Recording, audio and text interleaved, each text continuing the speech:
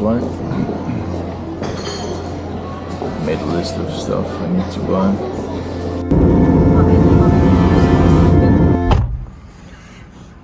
Alright, we got ourselves a rental car for one day.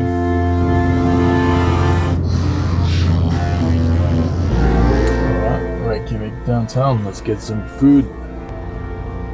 I felt blessed when stepping off the plane, being greeted by blue skies and calm weather. I came prepared for the worst. Iceland is known by its endless rains and strong winds. Beautiful day. Check out Reykjavik. Starting with the fish soup. And now we got the lamb soup. Alright, we found this lovely shop. It's the last shop I got to. I have a bike and we have some pots. Alright, we're in the camp. I messed up with the bike because I didn't even check. I thought all mountain bikes would have rack mounts. Turns out this one doesn't. Nothing. And I already bought it, so I thought, well, do I need to buy 2 bikes now? And then I went to every bike shop in Reykjavik and I found the perfect rack for it. So now I'm trying to assemble it. Just trying to set everything up. Brand new tires. The side wall is cracked somewhere. A bit worried about that, so that's why I just bought new tires. Gotta do a service on it, make sure that it shifts properly. In the morning I have to return the rental. I wish I could go to sleep now, to be honest. Let's just say buying the bike didn't go as planned, but we figured it out in the end. I sourced the bike from Facebook, searching marketplace and local cycling groups. It was way cheaper this way, and we also scored more adventure points. Bike rentals are seriously expensive, and having 3 flights one way, there is a fair risk for the bike getting damaged or lost on the way. And that's on top of the cost.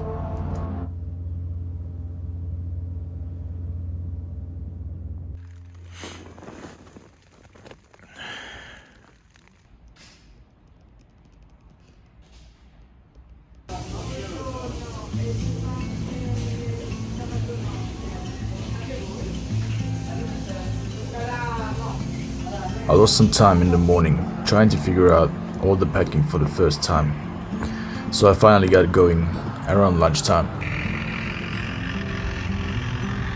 There's a mower behind me, but goodbye Reykjavik. I was really excited to be on the bike finally, after all the planning that went into this trip. At this point, I'm still getting used to that heavy bike and making sure that everything is holding up. 30 k's from Reykjavik. That's what we have. Going north. I'm gonna catch a bus because there's a tunnel where you can't cycle. And the round trip is like plus 60 k's, so I need to make sure I make to the next campsite. Waiting for the bus, should be here in 10 minutes. It's only 30 k's. But it's a good shakedown for the bike, for the setup. A bit heavier than I would like, but that's the nature of bikepacking. The bus driving underneath the fjord took me to Akranus, avoiding a 65-kilometer round trip. I set up my tent, made a quick dinner, and went to sleep. I was very eager to move, so I tried to get up early, since packing everything up again takes a fair bit of time every morning. Let's go.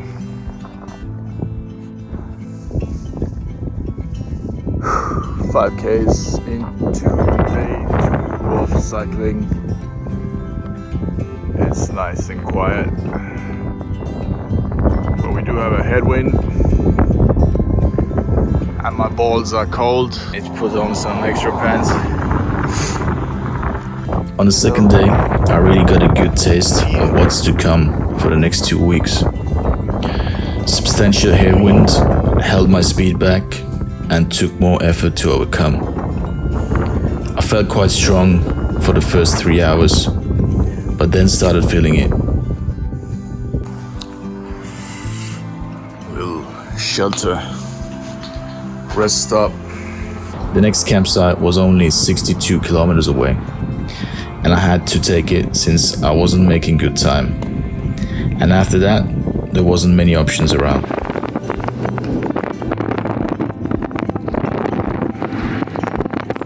This campsite was very basic. There was a hotel and a swimming pool that I could use for shower. The wind really picked up that night, and it was hard to get a proper sleep due to the noise and waking up feeling cold during the night. I was wearing 2 layers of everything and I was okay. I also tried to eat more and make sure the body has some calories to produce heat. During the night, the temperatures dropped as low as 6 degrees Celsius. Now this campsite was more than 5 kilometers off the main road. So starting the third day, I had a choice to go back 5 kilometers to join the main road, or to keep going on this road since it looked like it's gonna join the main road later anyway. I made a crucial mistake to check the wrong map and kept going on this road. The first 5 kilometers was okay, but then it started to get really rough. Day 3.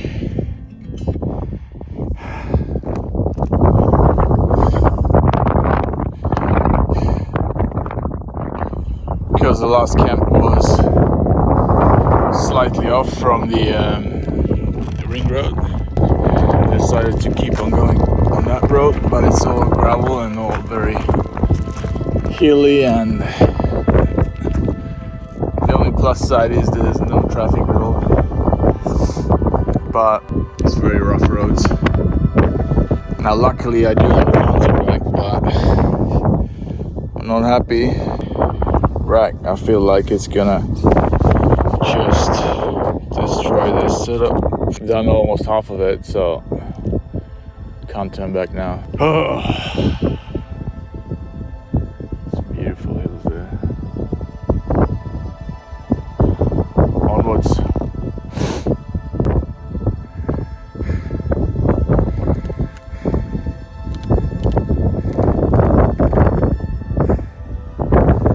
That was a fucking mistake. I finally got a visual with the main road again, which made me relieved, only to find out that my top bag is missing. I have no idea when it decided to shake itself loose, so I left the bike and walked back almost the whole way. Of course, it had to happen in the beginning of this sector.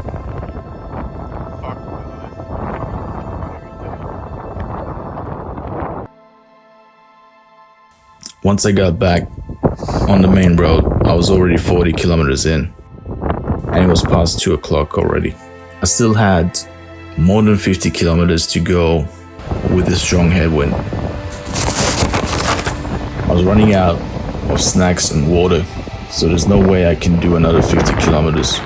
There's no shops or cafes around, not until the very end. So instead, I was forced to turn back south and catch a bus from Bilford to take me close to the next campsite. After some sightseeing in the area and catching a bus, I pushed the last 10 kilometers and made it to the campsite right after sunset.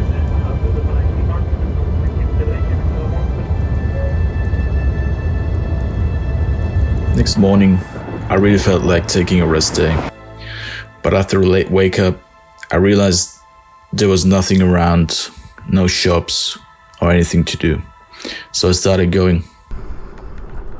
Land of seals. I thought seals were in the water. The weather was looking superb with basically zero wind. I was making good tempo and I was now heading east after reaching North Iceland. The day went really well without any real hiccups. To whoever may need this nugget of encouragement, things will be alright, so quit your worrying. I get it, The odds seem stacked back against the wall, but even consider it such, know you'll stand tall. Sat and watched from the sidelines one too many times. Wicked games we play make me wanna lose my mind. Found solitude knowing it'll be over soon. Ever need a boost, count on me for the 1-2. Trouble don't last when the tough get going. I had time to spare for dinner and a cheeky beer with some fellow travelers. Down on the way up, can't wait for our day to ball. This is a layup. Nobody ever said this would be easy, but trust when I say that you got no leave. 25 Ks to go. I know now it's just about grinding it out. Hell yeah, reached the new campsite. Barely anyone here. The next good campsite was too close, and the northern capital, Akureyri, was only 140 kilometers away. So I'd rather spend my day off in Akureyri so I can look around the city and enjoy the local culture. Despite being tired, I still managed to clock more than 30 kilometers riding around the city. Just some words of wisdom, plenty more. I know you've been looking for a breakthrough, trying our best to make do. Every day is something new, but change gon' come, oh yes it's true. Brighter days are straight ahead. Follow me, won't be misled. Just look up, don't hang your head, and we'll get to the promise, yeah.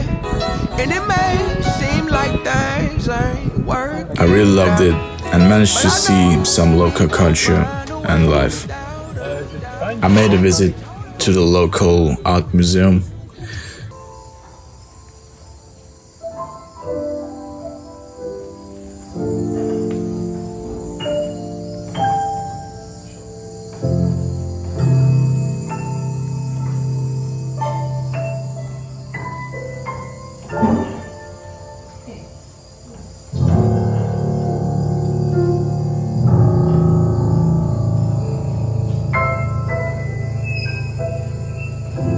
And tasted the infamous fermented shark.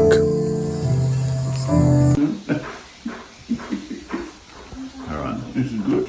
fermented shark, here we go. Don't breathe. Alright. Not my thing either. Sorry, Naru. After a good rest in Akureyri, I had a 100-kilometer day to the lake Mývatn, visiting Godafoss on the way, one of the bigger and more famous waterfalls in Iceland.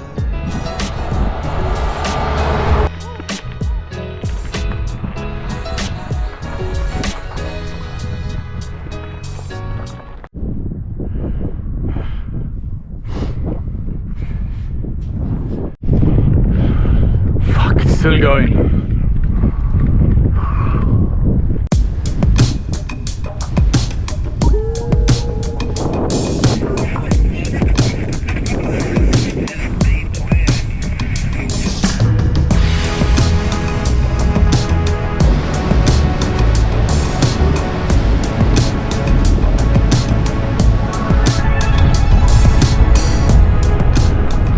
How you going?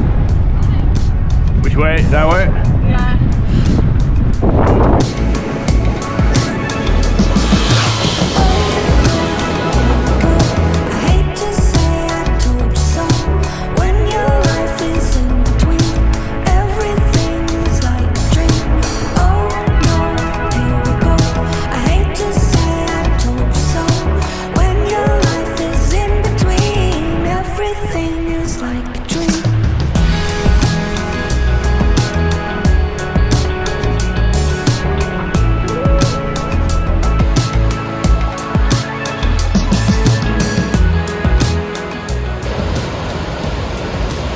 When getting close to the lake, a swarm of flies came out of nowhere, trying to get in my ears and my nose. A head net was compulsory. It was so unbearable I had a long day and I just made it in time to try out the famous fish and chips at the lake.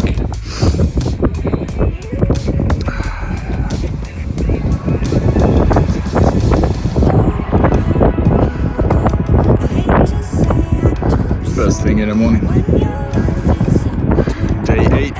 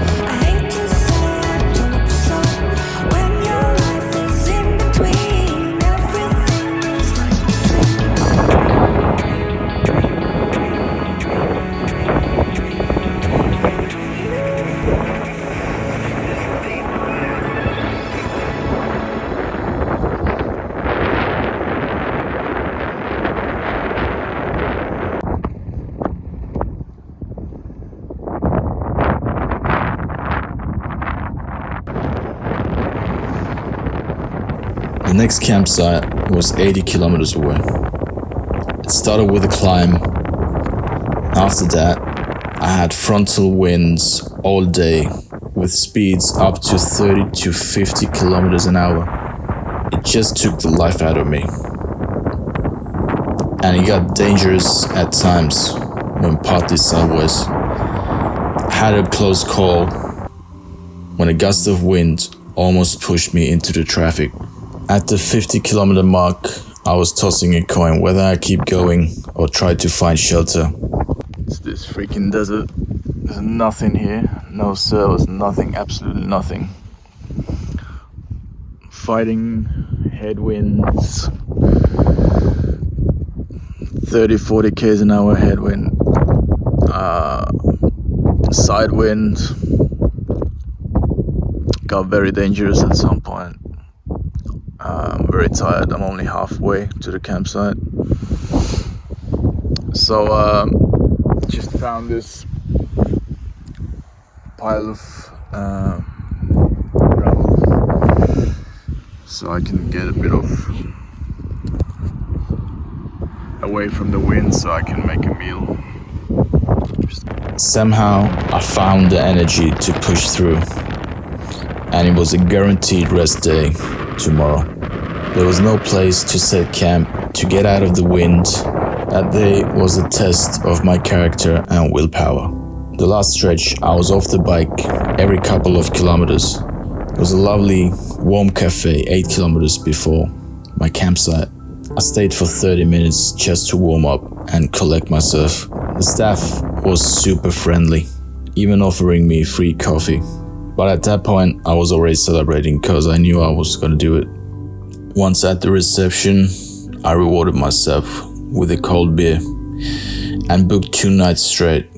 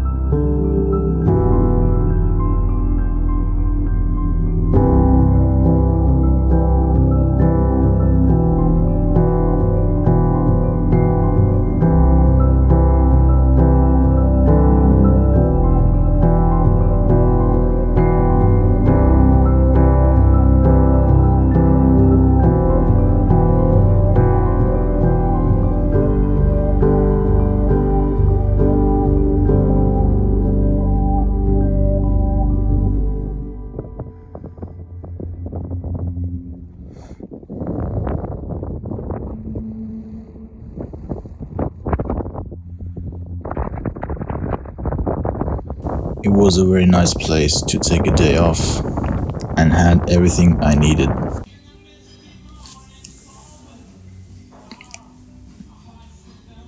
I had a good walk around the village, flew my drone and took some photos. Luckily, I also met the Arctic fox. I think they are feeding them and they are there constantly. Their fur is black in summer and white in winter. Also counted my days and made plans for the next day.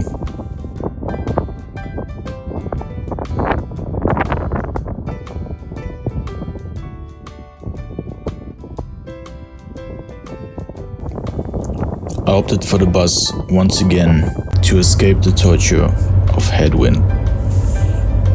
Once I got to Egelstader, I still felt flat, and it was the coldest day so far, plus it started raining.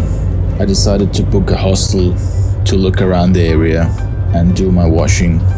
I also met some friends, from which one was Gertrude from Germany. She was in her 70s and cycling in Iceland. How cool is that? And I loved seeing her using a paper map.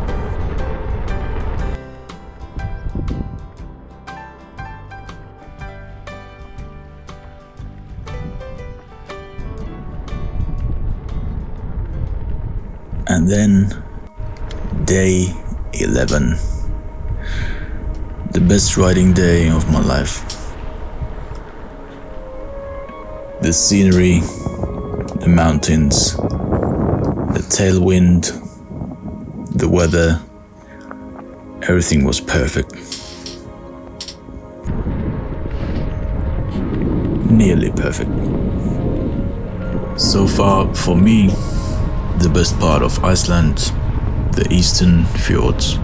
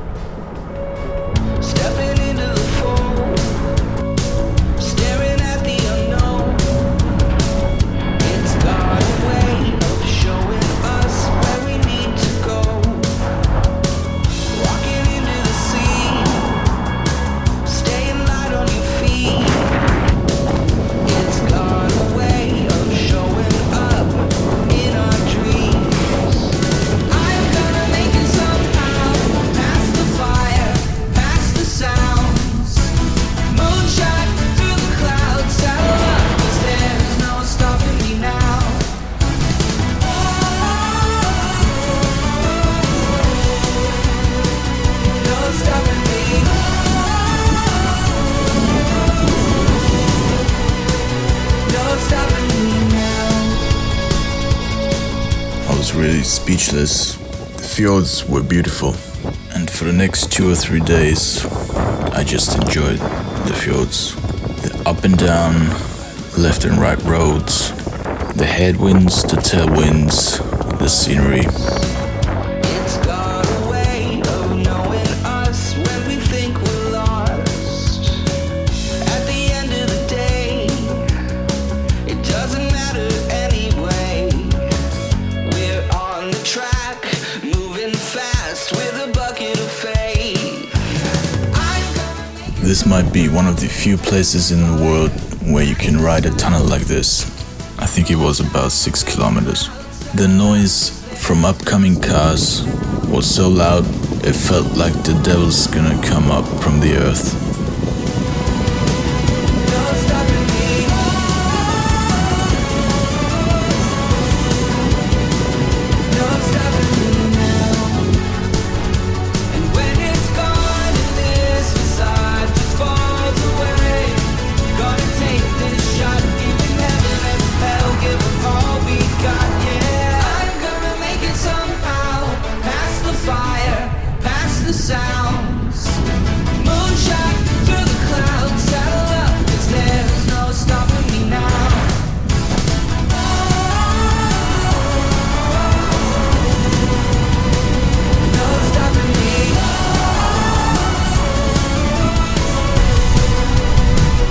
How you going?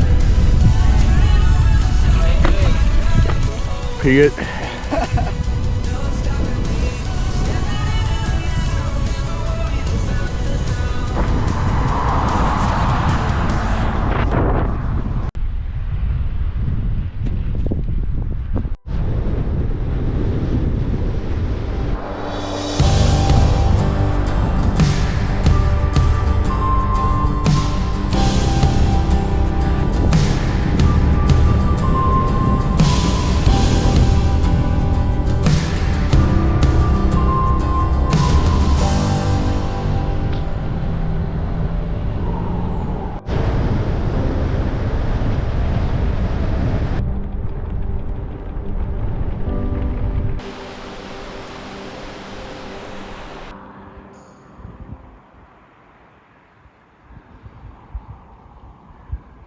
A little bit late start today. Camped in that town there. Beautiful, small, cute campsite. Had nice clean toilets and stuff. Wasn't too cold, was expecting colder. Was actually alright. Can't remember what day it is. Did 72 Ks yesterday. I'm zigzagging here in the fjords, so we're gonna have some headwind parts, but it's okay. This is the best area yet, the most beautiful, the best ride. Yesterday was the best day so far.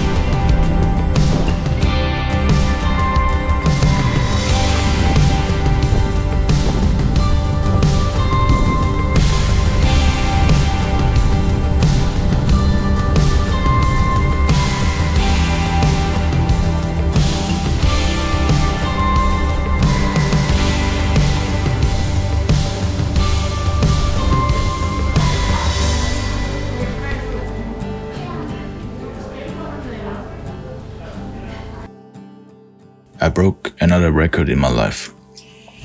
The most expensive beer. We started chatting with this British bloke and we felt like having a few beers. So the only place open was a nearby hotel. And the price of a pale ale was 20 euros each. And I think we had 4 rounds.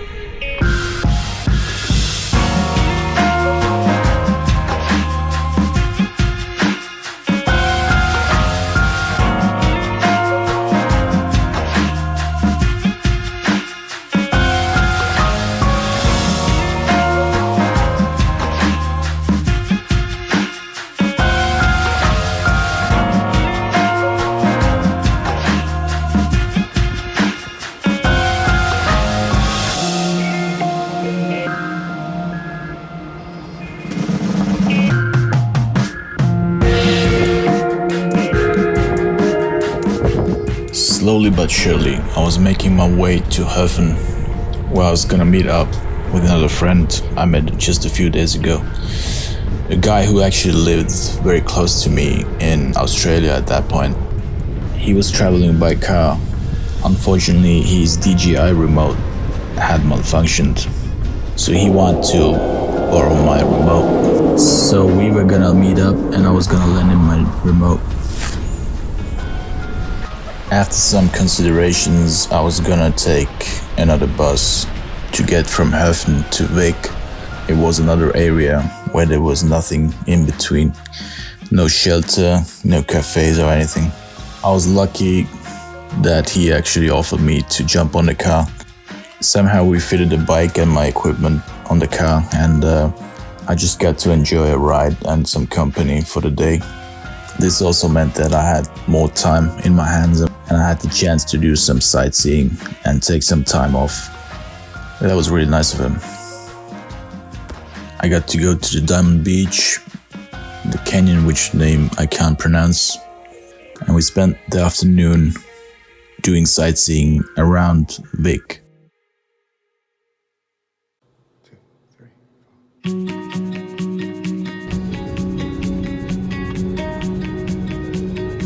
Oh, there it is.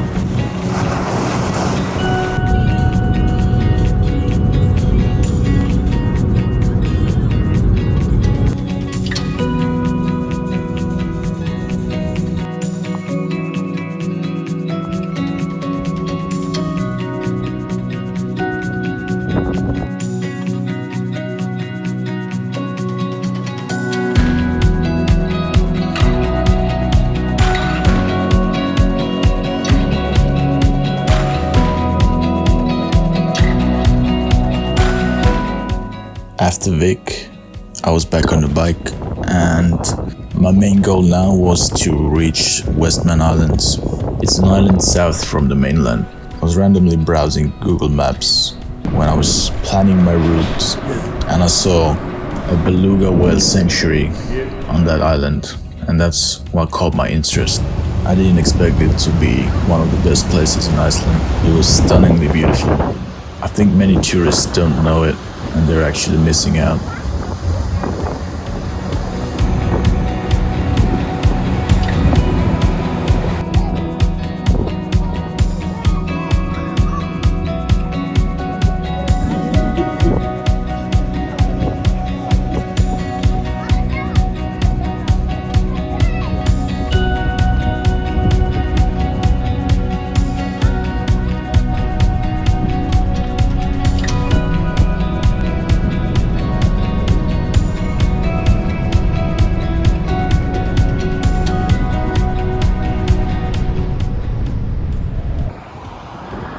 It's also the home for possibly the coolest campsite and the coolest golf course in the world.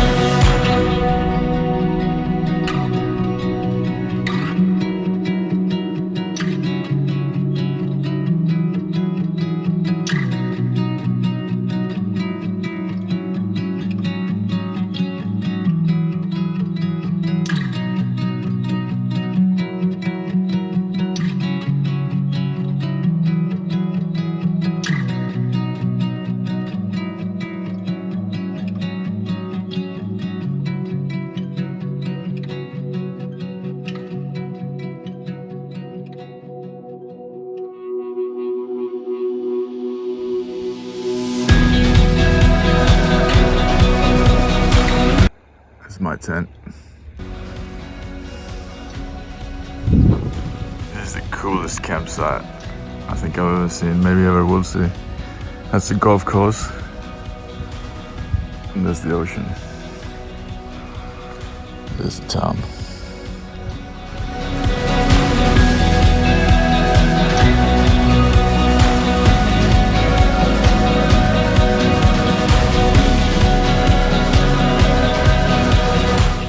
On the second night, we also got a big storm, which almost took my tent away. I slept in the kitchen that night.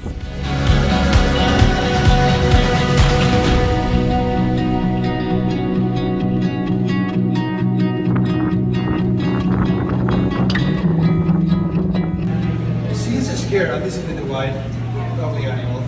1.4 tons, the dominant one.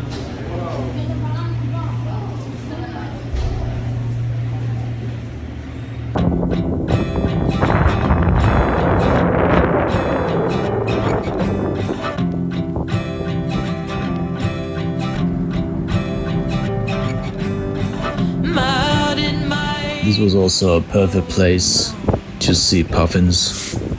I was enjoying Westman Island so much, I decided to extend my stay for another night. After leaving Vik, the roads got very busy. So between Vik and Reykjavik, there's so much traffic and so many tourists, and again I had some close calls. Some people, they don't leave you any room, and I just got very frustrated. It just felt very dangerous. Since there are so many tourists around Iceland, I wish they used more police forces to keep an eye on the traffic. Because at the moment it was a bit of a Wild West. But I guess that's a never-ending rant anyways. People will keep being selfish. So at that point I decided that I'm not gonna cycle anymore. If I'm done on the island, I'll just take the bus after the ferry to get me back to Reykjavik and enjoy my last 2 days. Coming through the eastern fjords, you had to close your eyes to not see a waterfall.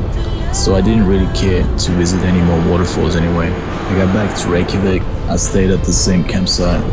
Unfortunately my suitcase I left there was already taken, so I bought a new one from a second-hand shop to pack up for the flight again. And I sold the bike for 100 euros.